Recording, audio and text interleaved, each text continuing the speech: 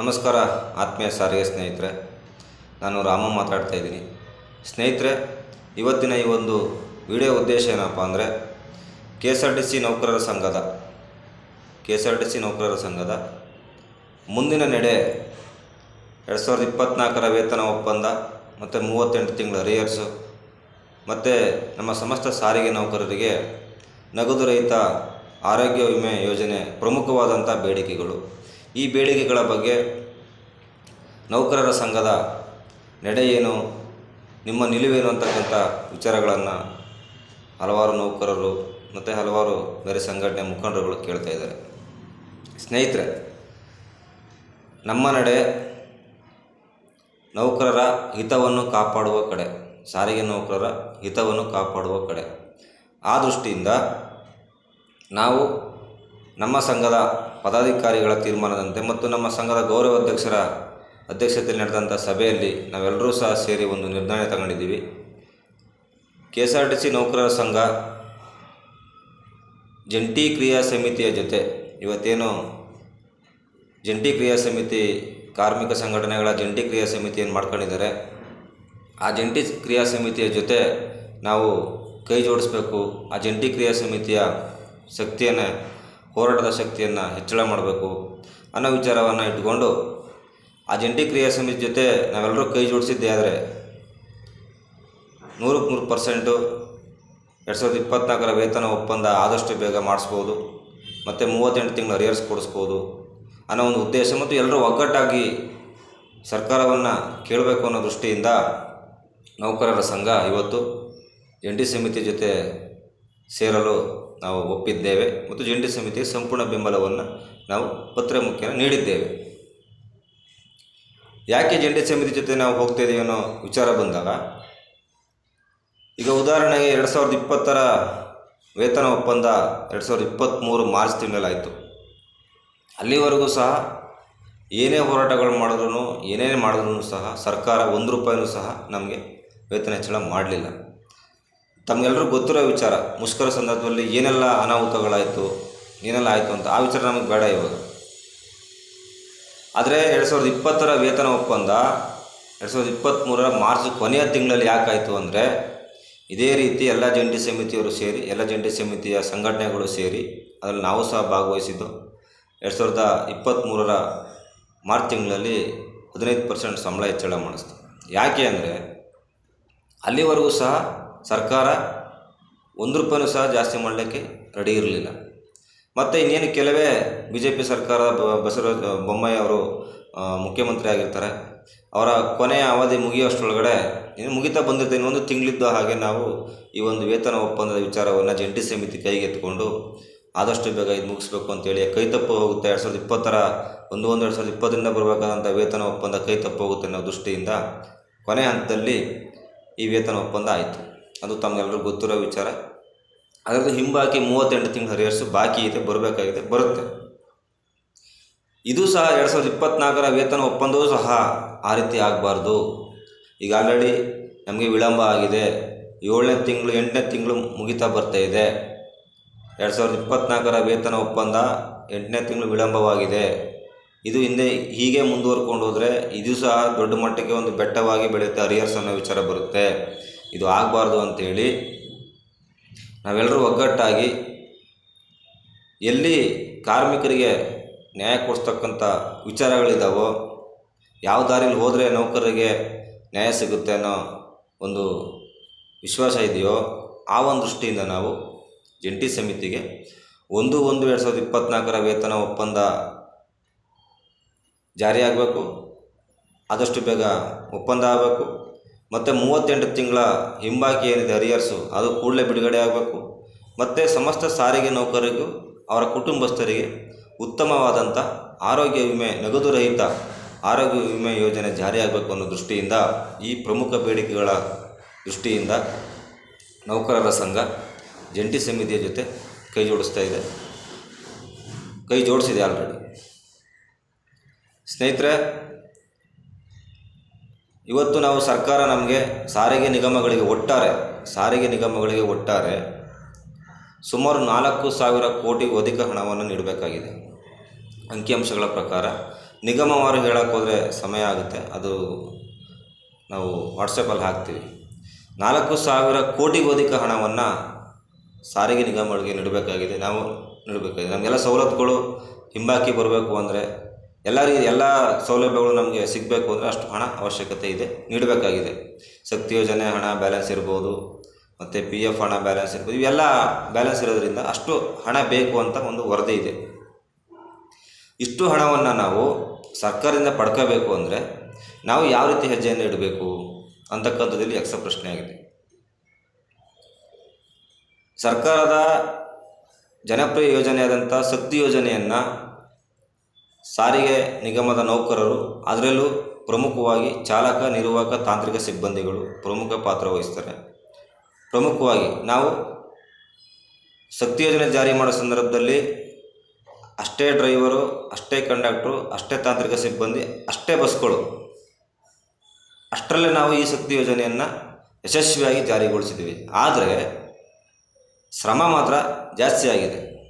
ಈ ಶಕ್ತಿ ಯೋಜನೆ ಬಂದ ಮೇಲೆ ಪ್ರಯಾಣಿಕರ ಸಂಖ್ಯೆ ಜಾಸ್ತಿ ಆಯಿತು ಹೊರತು ಬಸ್ಗಳ ಸಂಖ್ಯೆ ಜಾಸ್ತಿ ಆಗಲಿಲ್ಲ, ಡ್ರೈವರ್ಗಳ ಸಂಖ್ಯೆ ಜಾಸ್ತಿ ಆಗಲಿಲ್ಲ, ಕಂಡಕ್ಟರ್ಸ್ಗಳ ಸಂಖ್ಯೆ ಜಾಸ್ತಿ ಆಗಲಿಲ್ಲ, ಮತ್ತು ತಾಂತ್ರಿಕ ಸಿಬ್ಬಂದಿಗಳ ಸಂಖ್ಯೆ ಜಾಸ್ತಿ ಆಗಲಿಲ್ಲ. ಅಷ್ಟೇ ನೌಕರರು, ಅಷ್ಟೇ ಸಿಬ್ಬಂದಿಗಳನ್ನ ಇಟ್ಟುಕೊಂಡು, ಅಷ್ಟೇ ಬಸ್ಗಳನ್ನ ಇಟ್ಟುಕೊಂಡು ಇವತ್ತು ಶಕ್ತಿ ಯೋಜನೆಯನ್ನು ದೊಡ್ಡ ಮಟ್ಟಕ್ಕೆ ನಾವು ಯಶಸ್ವಿಗೊಳಿಸಿದ್ದೀವಿ.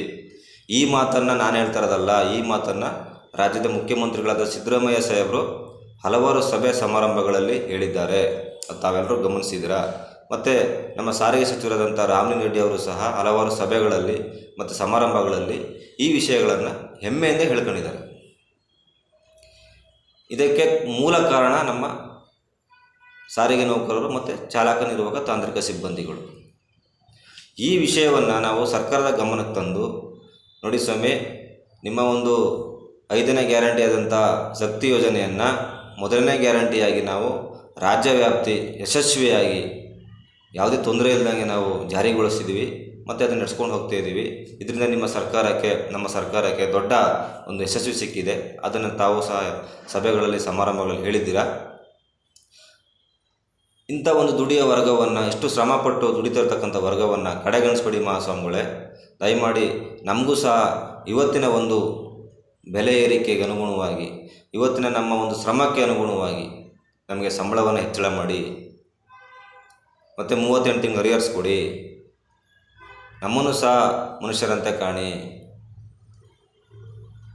ನಮಗೂ ಸಹ ಕುಟುಂಬ ಇದೆ, ನಮಗೂ ಸಹ ಉತ್ತಮವಾದಂಥ ಆರೋಗ್ಯ ಸೌಲಭ್ಯಗಳನ್ನು ನೀಡಿ ಅನ್ನೋ ಮಾತನ್ನು ಜಂಟಿ ಸಮಿತಿ ಆದಷ್ಟು ಬೇಗ ಮುಖ್ಯಮಂತ್ರಿಗಳ ಹತ್ರ ಕೇಳಬೇಕು ಅಂತ ನಾವು ಅಂದ್ಕೊಂಡಿದ್ದೀವಿ.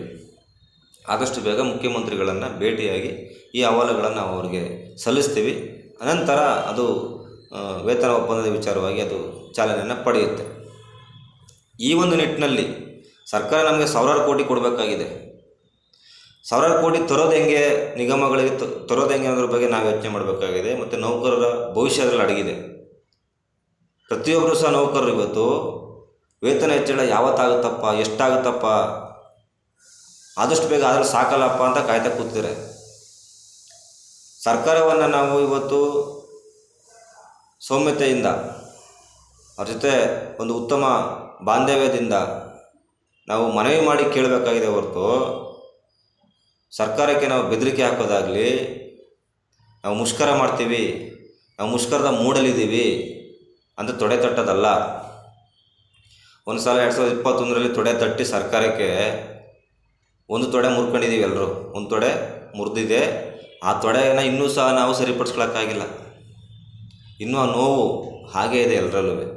ಅದರಲ್ಲಿ ವಜಾಗೊಂಡ್ರ ನೌಕರರಲ್ಲಂತೂ, ಮುಷ್ಕರದಲ್ಲಿ FIR ಹಾಸ್ಕೊಂಡ ನೌಕರರಲ್ಲಂತೂ ಇನ್ನೂ ಹೆಚ್ಚಾಗಿದೆ ಆ ನೋವು. ಆ ನೋವೇ ಇನ್ನೂ ವಾಸಿಯಾಗಿಲ್ಲ. ಆ ನೋವಿಗೆ ಸಹ ಇನ್ನೂ ಪರಿಹಾರ ಸಿಕ್ಕಿಲ್ಲ. ಆಗಲೇ ಇನ್ನೊಂದು ಸಲ ಯಾವುದೋ ಒಂದು TV ಮಾಧ್ಯಮ ಮುಂದೆ ಒಬ್ಬನೇ ಕೂತ್ಕೊಂಡು ನಮ್ಮ ನೌಕರರು ಮುಷ್ಕರಕ್ಕೆ ರೆಡಿ ಇದ್ದಾರೆ, ಆ ಮೂಡಲಿದ್ದಾರೆ, ನಾವು ಅಧಿವೇಶನ ಮುಗಿದ ತಕ್ಷಣ ನಾವು ಮುಷ್ಕರ ಮಾಡ್ತೀವಿ ಅಂತಕ್ಕಂಥ ಹೇಳಿಕೆಯನ್ನು ನೀವು ಸಂಘಟನೆ ಮುಖಂಡರು ನೀನು ಕೊಡ್ತೀಯಲ್ಲ, ಇದನ್ನು ಸರಿಯಾ ನಿನಗೆ? ಯಾರ ಅಭಿಪ್ರಾಯ ಕೇಳಿ ಸಾರಿಗೆ ನೌಕರರು ನಿನಗೆ ಫೋನ್ ಮಾಡಿಲ್ಲ, ನಿನಗೆ ಎಲ್ಲ ಡಿಪೋಗಳಿಂದ ಏನು ಬಂದು ಹಣ ಬಾ ಸ್ಟ್ರೈಕ್ ಮಾಡೋಣ ಬನ್ನಿ ಅಂತ ಯಾರು ಕರಿತಿದ್ದಾರೇನಪ್ಪ ನಿನಗೆ? ಸರ್ಕಾರದಿಂದ ನಮಗೆ ಆಗಬೇಕಾಗಿರೋದು ಏನು? ವೇತನ ಹೆಚ್ಚಳ ಆಗಬೇಕು, ನಮಗೆ ಸೌಲಭ್ಯ ಸಿಗಬೇಕು, ಸರ್ಕಾರ ಹಣ ಕೊಡಬೇಕು ಮೇಲೆ ನಿಗಮ ಮಂಡಳಿಗಳಿಗೆ. ಸರ್ಕಾರ ವೇತನ ಹೆಚ್ಚಳವನ್ನು ಆದಷ್ಟು ಬೇಗ ಮಾಡಿ ಅಂತ ಒಪ್ಪಿಗೆಯನ್ನು ಕೊಡಬೇಕು. ಇಷ್ಟು ನಮ್ಗೆ ಆಗಬೇಕಾಗಿರೋದು. ಅದನ್ನು ಬಿಟ್ಟು ಯಾವುದೋ ಟಿ ವಿ ಮುಂದೆ ಒಬ್ಬನೇ ಕೂತ್ಕೊಂಡು ನಾವು ಸ್ಟ್ರೈಕ್ ರೆಡಿ ಇದ್ದೀವಿ, ನಮ್ಮ ನೌಕರರು ರೆಡಿ ಇದ್ದಾರೆ ಅಂತ ಮಾತನ್ನು ನೀನು ಹೇಳ್ತಾ ಇದೆಯಲ್ಲ. ಆಯ್ತಪ್ಪ, ಅಧಿವೇಶನ ಮುಗೀತು, ಯಾಕೆ ನೀನು ಸ್ಟ್ರೈಕ್ ಕರೆ ಕೊಟ್ಟಿಲ್ಲ ಇನ್ನೂ? ನೀನು ಕೂಟದ ಚಂದ್ರು ಅಲಿಯಾಸ್ ಬುದಿ ಬಾಬಾ, ಯಾಕಪ್ಪ ನೀನು ಇನ್ನೂ ಸ್ಟ್ರೈಕ್ ಕರೆ ಕೊಟ್ಟಿಲ್ಲ? ಕೊಡು ಮತ್ತೆ, ಈಗ ಸ್ಟ್ರೈಕ್ ನೋಟಿಸ್ ಕೊಡು ಮ್ಯಾನೇಜ್ಮೆಂಟ್ಗೆ. ತಾಕತ್ತಿದೆಯಾ ಕೊಡಲಿಕ್ಕೆ? ಸ್ಟ್ರೈಕ್ ನೋಟಿಸ್ ಕೊಡಪ್ಪ ನೋಡೋಣ. ನೀನು ಈ ರೀತಿ ಹೇಳಿಕೆಗಳನ್ನ ಕೊಟ್ಟು ಸರ್ಕಾರವನ್ನು ವಿರೋಧ ಮಾಡಿಕೊಂಡು ಮತ್ತೆ ನೌಕರರ ಬಾಯಿಗೆ ಮಣ್ಣಾಕಬೇಕು ಅನ್ನೋ ಉದ್ದೇಶದಿಂದ ನೀವು ಈ ಕೆಲಸ ಮಾಡ್ತಾಯಿದ್ದೀರ. ಇದು ಆ ಸಂದರ್ಭ ಅಲ್ಲ. ಆ ಸಂದರ್ಭ ಮುಗಿದೋಯ್ತು. ನೀವು ಹೇಳಿದ ತಕ್ಷಣ ಎಲ್ಲ ನೌಕರರು ಬಂದು ನಿಂತ್ಕೊಂಡು ಗೇಟ್ ಮೀಟಿಂಗ್ ಮಾಡಿ, ರಾಜ್ಯವ್ಯಾಪ್ತಿ ಪ್ರವಾಸ ಮಾಡಿ, ನೌಕರರನ್ನು ರೊಚ್ಚಿಗೆಪ್ಪಿಸಿ ಏಕಾಏಕಿ ಬಂದ್ ಮಾಡೋ ಅಂಥ ಕಾಲ ಮುಗೀತು. ಈಗ ಏನಿದ್ರು ಸರ್ಕಾರದ ಮುಂದೆ ಸೌಜನ್ಯದಿಂದ ಸ್ವಾಮಿ, ನಿಮ್ಮ ಶಕ್ತಿ ಯೋಜನೆಗಳನ್ನು, ನಿಮ್ಮ ಸರ್ಕಾರದ ಎಲ್ಲ ಯೋಜನೆಗಳನ್ನು ಸಹ ನಾವು ಜಾರಿ ಮಾಡಿದ್ದೀವಿ. ಈ ರಾಜ್ಯದ ಜನಗಳ ಸೇವೆಯನ್ನು ಮಾಡ್ತಾಯಿದ್ದೀವಿ. 24 ಗಂಟೆ ನಾವು ಕೆಲಸವನ್ನು ಮಾಡ್ತಾಯಿದ್ದೀವಿ. ನಮ್ಮ ಶ್ರಮ ತುಂಬ ಜಾಸ್ತಿ ಇದೆ, ನಮಗೂ ಸಹ ಸಂಬಳವನ್ನು ಹೆಚ್ಚಳ ಮಾಡಿ ಅನ್ನೋ ವಿಚಾರವನ್ನು ನಾವು ಇವತ್ತು ಸರ್ಕಾರ ಮುಂದೆ ಕೇಳಬೇಕಾಗಿದೆ ಹೊರತು, ನೀವು ಮಾಡಲಿಲ್ಲ ಅಂದರೆ, ಸಂಬಳ ಹೆಚ್ಚಳ ಮಾಡಲಿಲ್ಲ ಅಂದರೆ, ನಿಮ್ಮ ಪ್ರಣಾಳಿಕೆ ಜಾರಿಗೆ ತರಲಿಲ್ಲ ಅಂದರೆ ನಾವು ಸ್ಟ್ರೈಕ್ ಮಾಡ್ತೀವಿ ನಾವು ಇದೆಲ್ಲ. ಒಂದು ತೊಡೆ ಮುರಿದಿದ್ದಾರೆ 2021ರಲ್ಲಿ, ಇನ್ನೊಂದು ತೊಡೆ ಮುರಿಸ್ಕೊಳ್ಳೋಕೆ ಯಾರೂ ರೆಡಿ ಇಲ್ಲ. ನಾವಂತೂ ರೆಡಿ ಇಲ್ಲ. ಜಂಟಿ ಸಮಿತಿಯರಂತೂ ಇನ್ನೊಂದು ತೊಡೆ ಮುರಿಸ್ಕೊಳ್ಳಿಕ್ಕೆ ನಾವಂತೂ ರೆಡಿ ಇಲ್ಲ. ನಾವು ಸರ್ಕಾರದಿಂದ ಸೌಮ್ಯತೆಯಿಂದ ಸರ್ಕಾರವನ್ನು ಮನವಿ ಮಾಡ್ತೀವಿ, ಸ್ವಾಮಿ ನಮಗೆ ನ್ಯಾಯ ಕೊಡಿ, ನಮ್ಮ ಸಂಬಳ ಜಾಸ್ತಿ ಮಾಡಿ, ನಮ್ಗೆ ಹರಿಯರ್ಸ್ ಕೊಡಿ. ಈಗ ಸರ್ಕಾರನೇ ಕೊಡಬೇಕು, ಬೇರೆ ಯಾರು ಕೊಡಲಿಕ್ಕೆ ಸಾಧ್ಯ ಇಲ್ಲ. ಸರ್ಕಾರವೇ ನಮಗೆ ಹಣವನ್ನು ಕೊಡಬೇಕಾಗಿರ್ತಕ್ಕಂಥ ನಿಗಮ ಮಂಡಳಿಗಳಿಗೆ. ನಮಗೆ ಸಂಸ್ಥೆ ಉಳಿಬೇಕು, ಸಂಸ್ಥೆ ಬೆಳಿಬೇಕು. ಸಂಸ್ಥೆ ಉಳಿದ್ರೆ ಮಾತ್ರ ನಾವೆಲ್ಲರೂ ಸಹ ಸಂಸ್ಥೆ ಇರಲಿಕ್ಕೆ ಸಾಧ್ಯ. ಈ ಒಂದು ದೃಷ್ಟಿಯಿಂದ ಜಂಟಿ ಸಮಿತಿ ಆದಷ್ಟು ಬೇಗ ಈ ರಾಜ್ಯದ ಮುಖ್ಯಮಂತ್ರಿಗಳನ್ನು ಭೇಟಿಯಾಗಿ ಜಂಟಿ ಸಮಿತಿಯಿಂದ ಏನು ಡಿಮ್ಯಾಂಡ್ಸ್ ಇದ್ದಾವೆ ಅವೆಲ್ಲವನ್ನು ಅವರಿಗೆ ತಿಳಿಸಿ 2024ರ ವೇತನ ಒಪ್ಪಂದ ಈ ಸಲ 100% BDA ಮರ್ಜ್ ಆಗುತ್ತೆ. ನಮಗೆ ಇದು ನಿಮ್ಮ ತಲೆಯಲ್ಲಿರಲಿ. ಉತ್ತಮವಾದಂಥ ವೇತನ ಹೆಚ್ಚಳ ಆಗುತ್ತೆ. ಈ ಸಲ ಉತ್ತಮವಾದಂಥ ಒಳ್ಳೆಯ ರೀತಿಯ ಒಂದು ವೇತನ ಒಪ್ಪಂದ ಆಗುತ್ತೆ. ಯಾಕೆ ಅಂದರೆ 2012ರಲ್ಲಿ BDA ಮರ್ಜ್ ಆಗಿತ್ತು. BDA ಮರ್ಜ್ ಅಂದರೆ ಕೆಲವ್ರಿಗೆ ಗೊತ್ತಿಲ್ಲ, ನಮ್ಮ ಮೂಲ ವೇತನ ಏನಿದೆ ಬೇಸಿಕ್ಗೆ ನಮ್ಮ DAಯನ್ನು ಮರ್ಜ್ ಮಾಡ್ತಾರೆ. BDA ಮರ್ಜ್ ಮಾಡಿ ನಮಗೆ ಸಂಬಳ ಹೆಚ್ಚಳ ಮಾಡ್ತಾರೆ. ಅಂದರೆ ಮೂಲ ವೇತನಕ್ಕೆ ಪರ್ಸೆಂಟೇಜ್ ಕೂರಿಸ್ತಾರೆ, ಎಷ್ಟು ಪರ್ಸೆಂಟ್ ಅಂತ ಸಂಬಳನ. ನಂತರ ಅದು DA ಮರ್ಜ್ ಆಗುತ್ತೆ. ಅದು ಒಂದು ಉತ್ತಮವಾದಂಥ ಒಂದು ವೇತನ ಹೆಚ್ಚಳ ಆಗುವಂಥ ಒಂದು ಕ್ರಿಯೆ ಅದು ಈ ಸಲ ಆಗುತ್ತೆ. ನಮಗೆ BDA ಮರ್ಜ್ ಆಗುತ್ತೆ ಈ ಸಲ. ಅರ್ಥ ಮಾಡ್ಕೊಳ್ಳಿ ಸ್ನೇಹಿತರೆ, ಕಾರ್ಮಿಕ ಬಂಧುಗಳೇ, ನಮಗೆ ಈ ಸಲ 2024ರ ವೇತನ ಒಪ್ಪಂದ BDA ಮರ್ಜ್ ಮಾಡಬೇಕು. ಹಾಗೆ ಮಾಡಲಿಕ್ಕೆ ಬರಲ್ಲ. ನಮಗೆ BDA ಮರ್ಜ್ ಆಗುತ್ತೆ. ಇದು ನಿಮ್ಮ ತಲೆಯಲ್ಲಿರಲಿ. ಅದರಿಂದ ನಮ್ಮ ಬೇಸಿಕ್ಕು ಜಾಸ್ತಿ ಆಗುತ್ತೆ. ಮತ್ತು ಈ ಉಳಿದಂಥ ಎಲ್ಲ ಆರ್ಥಿಕ ಸೌಲಭ್ಯಗಳು ಸಹ ಆಟೋಮೆಟಿಕ್ಕಾಗಿ ಜಾಸ್ತಿ ಆಗುತ್ತೆ. ಅದರಿಂದ ಈ ಸಲನೂ ಸಹ ನಾವು ಈ ರೀತಿ ಊಹಾಪೋಹಗಳಿಗೆ ನಾವು ಸ್ಟ್ರೈಕ್ ಮಾಡ್ತೀವಿ, ನಾವು ಅದನ್ನು ಮಾಡಿಸ್ತೀವಿ, ನಾವು ಇದನ್ನು ಮಾಡಿಸ್ತೀವಿ, ಇಂಥ ಸಂದರ್ಭದಲ್ಲೇ ಬಂದು ಇವರು ಈ ಶನಿ ಥರ ಅಡ್ಗಾಲ ಹಾಕೋತಕ್ಕಂಥ ಕೆಲಸವನ್ನು ಮಾಡ್ತಾಯಿದ್ದಾರೆ. ಈ ಸಲನೂ ಸಹ 2024ರ ವೇತನ ಒಪ್ಪಂದ ವಿಳಂಬ ಆಗಬೇಕು, ನೌಕರರು ಅರಾಜಕತೆ ಜಾಸ್ತಿ ಆಗಬೇಕು, ನೌಕರರು ಬೀದಿಗಿಳಿಬೇಕು, ನೌಕರರು ವಜಾ ಆಗಬೇಕು, ನೌಕರರು ಡಿಸ್ಮಿಸ್ ಆಗಬೇಕು, ನೌಕರರು ಮನೆ ಹಾಳಾಗಬೇಕು. ಇದೇ ಇವರ ಉದ್ದೇಶ. ಈ ಕೂಟದ ಚಂದ್ರನ ಉದ್ದೇಶ ಬೇರೆ ಯಾವುದೂ ಅಲ್ಲ, ಇದೊಂದೇ. ಇನ್ನೇನೂ ಇಲ್ಲ ಅವನ ಉದ್ದೇಶ. 2024ರ ವೇತನ ಒಪ್ಪಂದನ ಹಾಳು ಮಾಡಬೇಕು. ಜಂಟಿ ಸಮಿತಿಯವರು ಏನು ಇವತ್ತು ನೌಕರು ನ್ಯಾಯ ಕೊಡಿಸ್ಬೇಕು ಅಂತ ಹೋಗ್ತಿದ್ದಾರೆ, ಅದು ವಿಳಂಬ ಆಗಬೇಕು, ಅದು ಹಾಳಾಗಬೇಕು.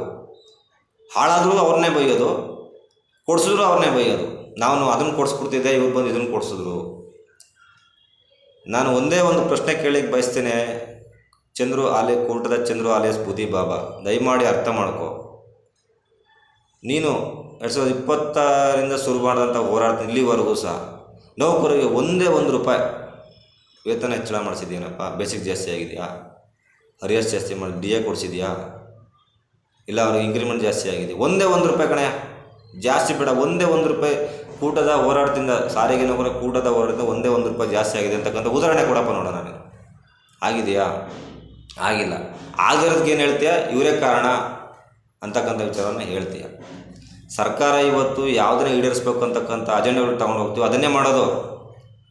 ಸಂಸ್ಥೆ ನಿಯಮಾವಳಿಯಲ್ಲಿ ಏನಿದೆಯೋ, ಸಂಸ್ಥೆ CND ಏನು ಹೇಳುತ್ತೋ, ಸಂಸ್ಥೆ ನಿಯಮ ಯಾವುದೋ ಒಂದು ನಿಯಮದ ಅಡಿಯಲ್ಲಿ ಸಂಸ್ಥೆ ರಚನೆ ಆಗಿದೆಯೋ ಆ ನಿಯಮದ ಪ್ರಕಾರನೇ ಸಂಬಳ ಜಾಸ್ತಿ ಮಾಡೋದು. ಇದು ಯಾಕೆ ನಿಂಗೆ ಅರ್ಥ ಆಗ್ತಾಯಿಲ್ಲ? ಅರ್ಥ ಆಗಿದೆ, ಆದರೂ ಸಹ ಈ ರೀತಿಯ ಒಂದು ಕುಡಿಯೋ ನೀರು ಏನೋ ಕಡಿಯಲಾಡಿಸಲು ಅಂತಾರಲ್ಲ, ಹಂಗೆ 2024 ವೇತನ ಒಪ್ಪಂದ ಆಗುವ ಸಂದರ್ಭ ಏನು ಶುರುವಾಗುತ್ತೆ, 3% ಶುರು ಮಾಡ್ತೀವಿ. ಜಂಟಿ ಸಮಿತಿಯವರು ಮುಖ್ಯಮಂತ್ರಿಗಳನ್ನ ಭೇಟಿಯಾಗಿ ನಂತರ ಅದು ಚಾಲನೆ ಸಿಗುತ್ತೆ, ಅದಾಗುತ್ತೆ. ಅಲ್ಲಿಗೆ ಬಂದು ಕಡಿಯಾಡಿಸೋ ಕೆಲಸ ಮಾಡಬೇಡ ದಯಮಾಡಿ. ನೀನು ಕಡಿಯಾಡಿಸೋ ಕೆಲಸ ಮಾಡಿ ನೋಡಿ ಸಾಕಾಗಿದೆ, ನಾವು ಎಲ್ಲ ಪಡ್ಕೊಂಡು ಸಾಕಾಗಿದೆ. ಅದರಿಂದ ಆತ್ಮೀಯ ಸಾರಿಗೆ ಸ್ನೇಹಿತರೆ, ಈ ವಾಟ್ಸಪ್ ಗ್ರೂಪಲ್ಲಿ ಬರ್ತಕ್ಕಂಥ ದಿನಕ್ಕೊಂದೊಂದು ಅಜೆಂಡಾಗಳು ಉಟ್ಕೊಳ್ತಾ ಇದ್ದಾವೆ. ದಿನಕ್ಕೊಂದೊಂದು ಅಜೆಂಡಾಗಳು ಯಾರ್ದು ಚರ್ಚೆ ಮಾಡ್ತಾರೋ, ಎಲ್ಲಿ ಕೂತ್ಕೊಂಡು ಚರ್ಚೆ ಮಾಡ್ತಾರೋ, ಎಲ್ಲಿ ಹುಡ್ತಾವೋ ಒಂದು ಗೊತ್ತಿಲ್ಲ. ಸುಮ್ಮನೆ ಏನೋ ಒಂದು ಬರೆಯೋದು, ಗ್ರೂಪಲ್ಲಿ ಹಾಕೋದು, ಅದಕ್ಕೆಲ್ಲರೂ ಕೆಲವು ಅಂಧಭಕ್ತರು ಓಹೋ ಅಂತ ಕೂಗೋದು. ಇದರಿಂದ ನೌಕರರಲ್ಲಿ ಗೊಂದಲಮಯ ಆಗಿದೆ. ಸಂಘಟನೆಗಳ ಮೇಲೆ ನೌಕರರು ಅಸಹಾಯಕತೆಯನ್ನು ವ್ಯಕ್ತಪಡಿಸ್ತಾ ಇದ್ದಾರೆ. ಯಾರೋ ಒಬ್ಬ ಮಾಡೋ ತಪ್ಪಿಗೆ ಎಲ್ಲ ಸಂಘಟನೆಯನ್ನು ದೂರ್ತಾ ಇದ್ದಾರೆ. ಹಾಗಾಗಿ ವಾಟ್ಸಪ್ಪಲ್ಲಿ ಬರ್ತಕ್ಕಂಥ ಅಜೆಂಡಾಗಳ ಬಗ್ಗೆ ತಲೆ ಕೆಡಿಸ್ಕೊಳ್ಬೇಡಿ. ಯಾವಾಗ ಸರ್ಕಾರದಿಂದ ಅಧಿಕೃತವಾಗಿ ವೇತನ ಒಪ್ಪಂದಕ್ಕೆ ಚಾಲನೆ ಸಿಗುತ್ತೋ, ಮ್ಯಾನೇಜ್ಮೆಂಟ್ ಯಾವಾಗ ಎಲ್ಲ ಸಂಘಟನೆಗಳಿಗೂ ಈ 2024 ವೇತನ ಒಪ್ಪಂದದ ವಿಚಾರವಾಗಿ ಚರ್ಚೆಗೆ ಒಂದು ಆದೇಶವನ್ನು ಹೊರಡಿಸ್ತಾರೋ ಅವತ್ತು ನಿಜವಾಗಲೂ ಅವತ್ತೇ ಚಾಲನೆ ಆಗುತ್ತೆ. ಅಲ್ಲಿವರೆಗೂ ಸಹ ಏನೇ ಊಹಾಪೋಹಗಳು ಬಂದರೂ ವಾಟ್ಸಪ್ಪಲ್ಲಿ ಅವೆಲ್ಲ ನಂಬಕ್ಕೆ ಹೋಗಬೇಡಿ. ಮತ್ತೆ ನಿಮ್ಮಲ್ಲಿ ಮನವಿ ಮಾಡ್ಕೊಳ್ತಾ ಇದ್ದೀನಿ, ದಿನಾಂಕ 11/8/2024 ಇದೇ ಬೆಂಗಳೂರಿನಲ್ಲಿ ಜಂಟಿ ಕ್ರಿಯಾ ಸಮಿತಿಯಿಂದ ಒಂದು ಸಮಾವೇಶವನ್ನು ಹಮ್ಮಿಕೊಂಡಿದ್ದೀವಿ, ಜಾಗೃತಿ ಸಮಾವೇಶ. ಅವತ್ತು ನಿಮ್ಮ ಬಂದರೆ ಅಲ್ಲಿಗೆ ನಿಮಗೆಲ್ಲ ರೀತಿಯ ಮಾಹಿತಿಗಳು ಸಿಗುತ್ತೆ. 2024 ವೇತನ ಒಪ್ಪಂದ ಯಾವ ರೀತಿ ಆಗುತ್ತೆ, 38 ತಿಂಗಳು ಅರಿಯರ್ಸ್ಗೋಸ್ಕರ ಜಂಟಿ ಸಮಿತಿ ಏನೆಲ್ಲ ಪ್ರಯತ್ನಗಳನ್ನ ಮಾಡಿದೆ, ಮುಂದಿನ ದಿನಗಳಲ್ಲಿ ಮಾಡ್ತಾ ಇದೆ, ಮತ್ತು ನೌಕರರ ಪ್ರಮುಖ ಬೇಡಿಕೆಗಳ ಬಗ್ಗೆ ಹಲವಾರು ವಿಚಾರಗಳಲ್ಲಿ ಚರ್ಚೆ ವಿನಿಮಯ ಆಗುತ್ತೆ. ಅದರಿಂದ ಜಂಟಿ ಸಮಿತಿಗೆ ನೀವೆಲ್ಲರೂ ಸಹ ನಿಮ್ಮ ಶಕ್ತಿಯನ್ನು ತುಂಬಬೇಕು, ನೀವೆಲ್ಲರೂ ಸಹ ಬೆಂಬಲವನ್ನು ಸೂಚಿಸಬೇಕು. ಅದರಿಂದ ಯಾರು ವಾರದ ರಜೆಯಲ್ಲಿ ಇರ್ತೀರೋ, ಮತ್ತು ಯಾರೋ ಅವತ್ತು ಫಸ್ಟ್ ಶಿಫ್ಟ್ ಮುಗಿಸ್ತಿರೋ, ಯಾರು ಮೆಡಿಕಲ್ ರಜದಲ್ಲಿ ಮತ್ತೊಂದು ಯಾವ್ದಾರೋ ಒಂದು ರೀತಿ ರಜದಲ್ಲಿ ಯಾರು ಇರ್ತಿರೋ, ದಯಮಾಡಿ ಎಲ್ಲರೂ ಸಹ ಯಾರೂ ಸಹ ಕರ್ತವ್ಯಕ್ಕೆ ಗೈರು ಹಾಜರಿಯಾಗ್ದೇ ಅವತ್ತಿನ ದಿನ ಬಂದು ಈ ಒಂದು ಸಮಾವೇಶದಲ್ಲಿ, ಈ ಒಂದು ಚಳುವಳಿಯಲ್ಲಿ ಭಾಗವಹಿಸಿ ಜಂಟಿ ಸಮಿತಿಗೆ ಹೆಚ್ಚಿನ ಶಕ್ತಿ ತುಂಬಬೇಕು ಅಂತ ಕೆಲಸವನ್ನು ನೀವು ಮಾಡಬೇಕು ಅಂತಕ್ಕಂಥ ಮಾತನ್ನು ಹೇಳ್ತಾ, ಕರ್ನಾಟಕ ರಾಜ್ಯ ರಸ್ತೆ ಸಾರಿಗೆ ಸಂಸ್ಥೆ ನೌಕರರ ಸಂಘದ ನಡೆ ಸಮಸ್ತ ಸಾರಿಗೆ ನೌಕರ ಹಿತದ ಕಡೆ ಮತ್ತು ಜಂಟಿ ಸಮಿತಿಗೆ ಬೆಂಬಲವನ್ನು ನೀಡುವ ಕಡೆ ಅಂತಕ್ಕಂಥ ಮಾತನ್ನು ಹೇಳ್ತಾ ನನ್ನ ಅಡಿ ಮಾತನ್ನು ಮುಗಿಸ್ತಿದ್ದೀನಿ. ಎಲ್ರಿಗೂ ನಮಸ್ಕಾರ. ಜೈ ಸಾರಿಗೆ ನೌಕರ.